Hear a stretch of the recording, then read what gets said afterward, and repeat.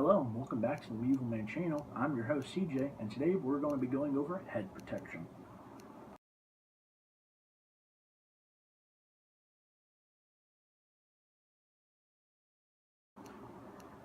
Welcome back. Before we get into the topic of head protection, please give a like, give a subscribe, help the channel grow. It'll mean a lot and help keep me doing these videos, knowing that there's an audience for these. Plus I do enjoy doing these. So anyway, head protection. Perhaps the most expensive part of your SCA and ACL kit. That and the gauntlets. Those are going to be two most single pieces of expensive kit. And SCA, Society of Creative Anachronism, if I recall, the rules state that you have to have a minimum of 16 gauge for your helmet. Most marshals would like you to steer clear of 16 gauge and go for 14 gauge. My great helm, which I'll show you in a minute, is 14 gauge, but rightfully so, because, well, you don't want to be opened up like a can of ravioli. 16 gauge, if it gets hit hard enough, even my 14 gauge has got a dent in it, but even 16 gauge, if you get hit hard enough, which you probably will at one point or another, it's going to leave a dent.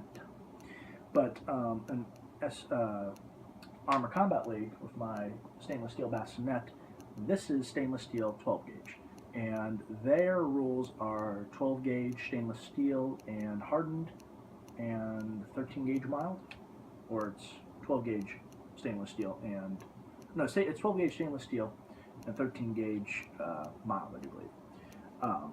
But either way, I have 4 helmets here I'm going to show you. First helmet, clearly not made for fighting. It's got a little bit of rust on it, but clearly not made for fighting. This is 18 gauge.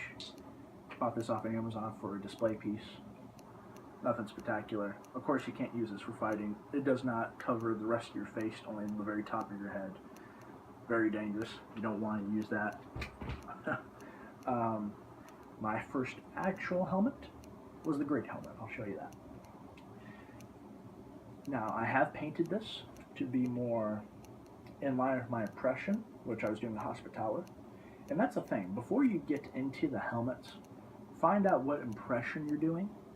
And once you find the impression you're doing, like you're doing Visigoth, or you're doing late Roman, or you're doing Viking, or you're doing whatever, like a Danish setup, or you're doing like early English noble, whatever setup you're doing, I've seen from my personal experience, helmets like to dictate the rest of the kit. And I'll explain that with my stainless steel helmet towards the end of this video. But here's my gray helmet. This one is used strictly for SCA because this is 14 gauge. Because it's 14 gauge normal mild steel, I cannot use this in Armor Combat League.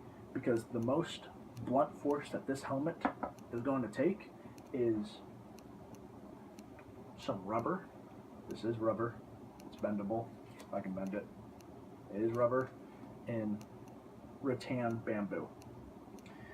That is the most dangerous it's going to take. I do have some rubber maces too, but those things just they bounce off.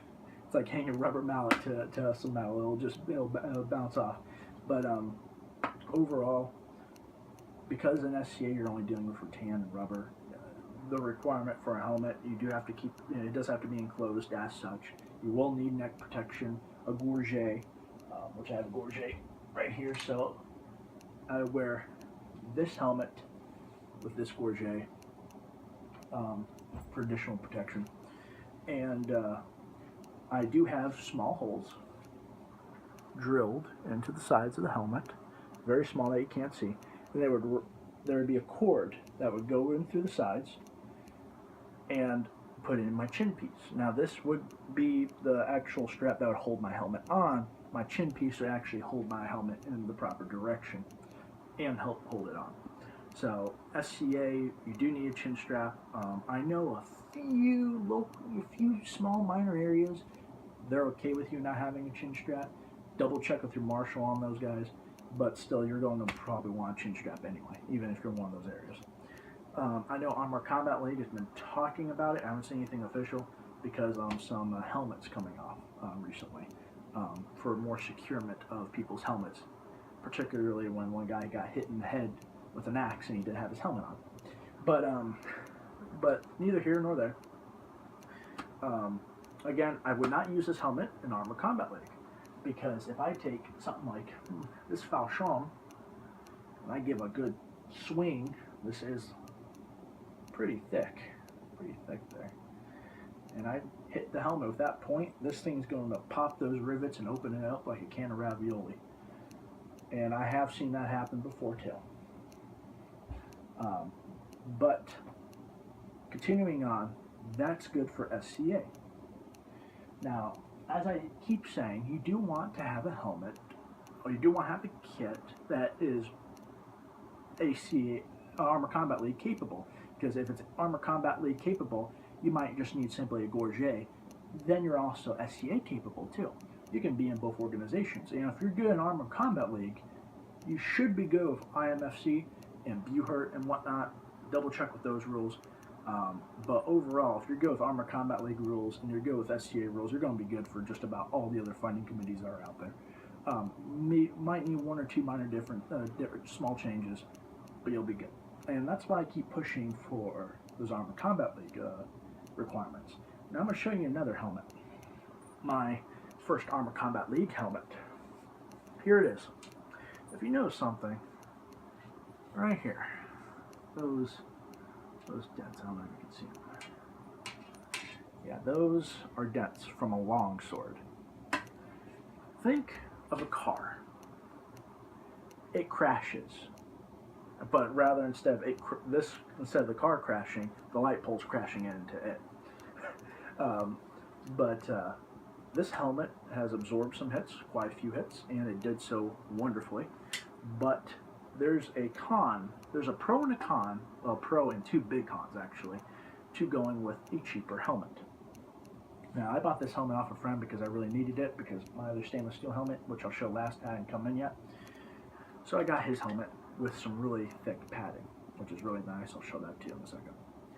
But overall, the pro is that when you get hit with a long sword, you get hit in the head, as you can see with something. This helmet will help absorb some of that cushioning blow, like a car crash. Some of that energy will still transfer to, of course, your head, but not all of it, because the helmet is crippling up and absorbing it. Con is that I have to dent these back out, and over time, if I keep denting this area back out, it's going to weaken this area, and eventually one day fail. Hopefully, while I'm not wearing it, because now this is a loaner helmet. I got a good helmet. But the other portion is that when that area does fail, now I have to buy another helmet. That helmet was about $300, pretty expensive. No, but a lot of people don't have $300 laying around. Which goes to my whole nother notion that I keep wanting to make, is that this stuff's going to be expensive. Either or. You might as well go with the or, double down, get something of good quality. Something like this stainless steel helmet, which I'll show. But actually, before I show this, as I said with the padding, cannot express enough. This is proper. I know it's ripped. This is proper cushion. That's about an inch thick, an inch and a half thick. This is about an inch thick. This is wonderful padding. And any helmet you get, no matter what time period it is, I cannot recommend enough. Not only does this help cushion the blows, I wear this in my gray helm still. Even though the gray helm has its own internal padding, I'll still wear this. Even if my bassinet still has padding, I still try to wear this. More padding definitely helps. And on top of that, when you're not wearing your helmet and you're just walking around at a fair, you still look pretty historically correct. Well, at least if you're going for a more medieval setup. Maybe if not, you're Roman wearing this. But still, yeah, you can wear this under your helmet. Yeah, it'll be hidden anyway. So, the creme de la creme.